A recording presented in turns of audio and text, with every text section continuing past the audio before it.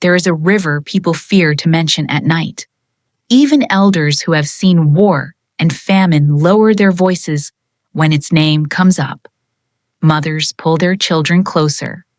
Hunters pretend not to hear. Fishermen avoid its bend even when fish are plenty there.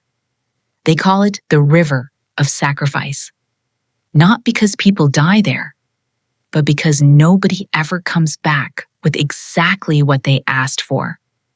Some say the river listens too closely. Others say it understands human desire better than humans understand themselves.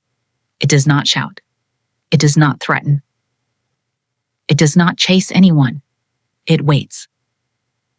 And when it answers completely. This is the story of a husband and wife who went to the river of sacrifice after 20 years of marriage, many miscarriages, many prayers spoken out loud, and many tears swallowed in silence, hoping it would finally give them a child. It did, just not the kind they imagined. Their house sat at the edge of the village, close enough to hear people's laughter, far enough to feel forgotten. It was a small mud house with a leaking roof and a cracked doorway. But it had once been full of hope. That hope had thinned over the years, worn down by funerals that should never have happened. That night, darkness settled early. A lantern flickered weakly, casting long shadows on the wall. Outside, crickets sang without concern. Inside, silence pressed hard on two people who had run out of comforting lies. Obinna said tiredly, "Amara, they asked me again today." Amara did not answer at once. She folded the cloth in her hands slowly before asking quietly, "Who asked you?" Obinna sighed and replied, "My people, my uncles. They asked me if I'm truly a man." Amara closed her eyes. After a moment, she said, "They talk as if they don't know how many times I have been pregnant." Obinna sat heavily on a stool and responded, "They know. But they say a child that never lives does not count. They say blood that does not grow is wasted." Amara's voice shook as she said, "Sometimes I hear babies crying in my sleep. I wake up thinking I need to carry someone. I reach out, Obinna. My arms search the air. When I open my eyes, my hands are empty." Obinna stood and paced the room. He stopped and said, "We have tried everything we know. Doctors in town, herbs from the forest, pastors, fasting, sacrifices." They sat in silence again. The lantern hissed softly. Then Amara said slowly, as if testing each word, "Not everything." Obinna's body stiffened. He asked carefully, "You're talking about the river of sacrifice, aren't you?" Amara replied, "Yes." Obinna shook his head and warned, "That river does not give gifts. It collects payment." Amara looked at him then and said, "I have already paid too much." Obinna had no answer to that. The next day, Amara walked through the village to fetch water.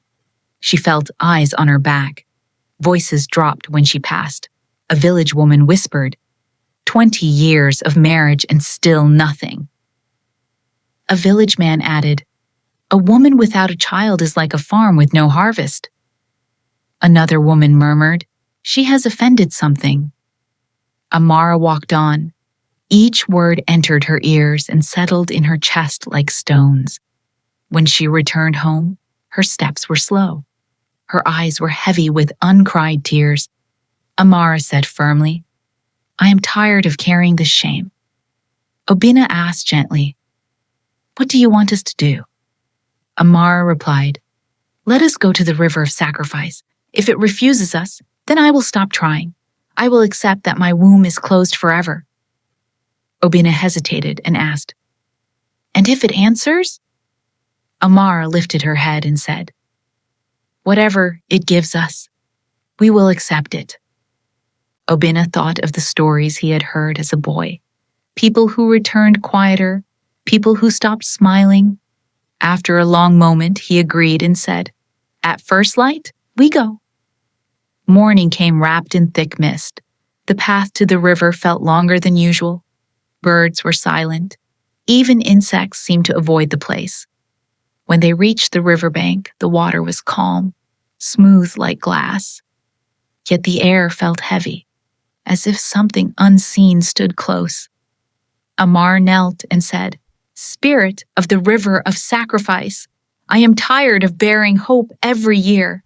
I am tired of digging small graves in my heart." Obina added, "Give us a child, and we will honor you all our lives. We will never forget you." The water rippled gently. A calm voice rose from the river. "A child will come, but it will not belong to land alone." Amara's breath caught. She asked nervously, "What does that mean?" The river replied, "When the time comes, do not reject what you begged for."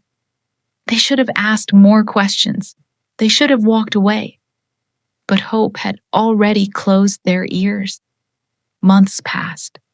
Amara's belly grew. This pregnancy felt stronger. Her body held firm.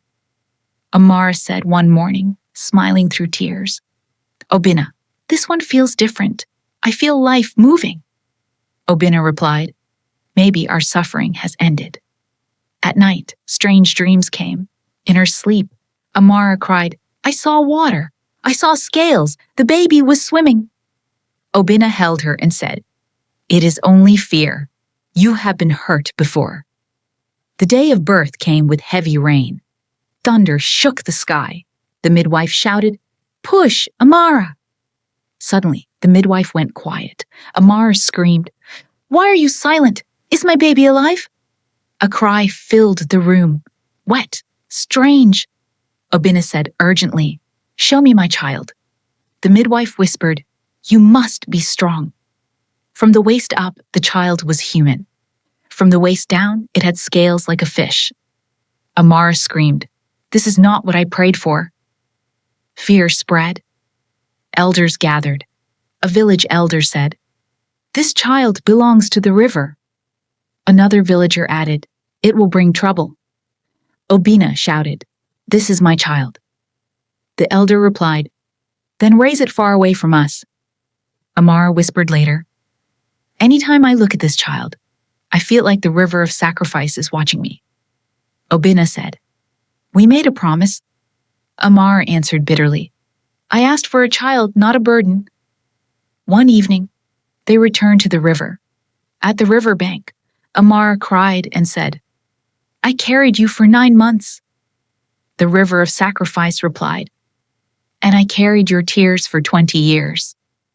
Obina asked, "Can this child stay on land?" The river answered, "It will never fully belong there." Amar kissed the child and whispered, "Forgive me." She released the child into the water. They returned home without a child, but not without a lesson. Till today, fishermen say they sometimes see a half-human, half-fish figure swimming close to the river of sacrifice, watching the land in silence. Because when you beg the river of sacrifice for help, you must be ready to pay for the kind of answer it gives.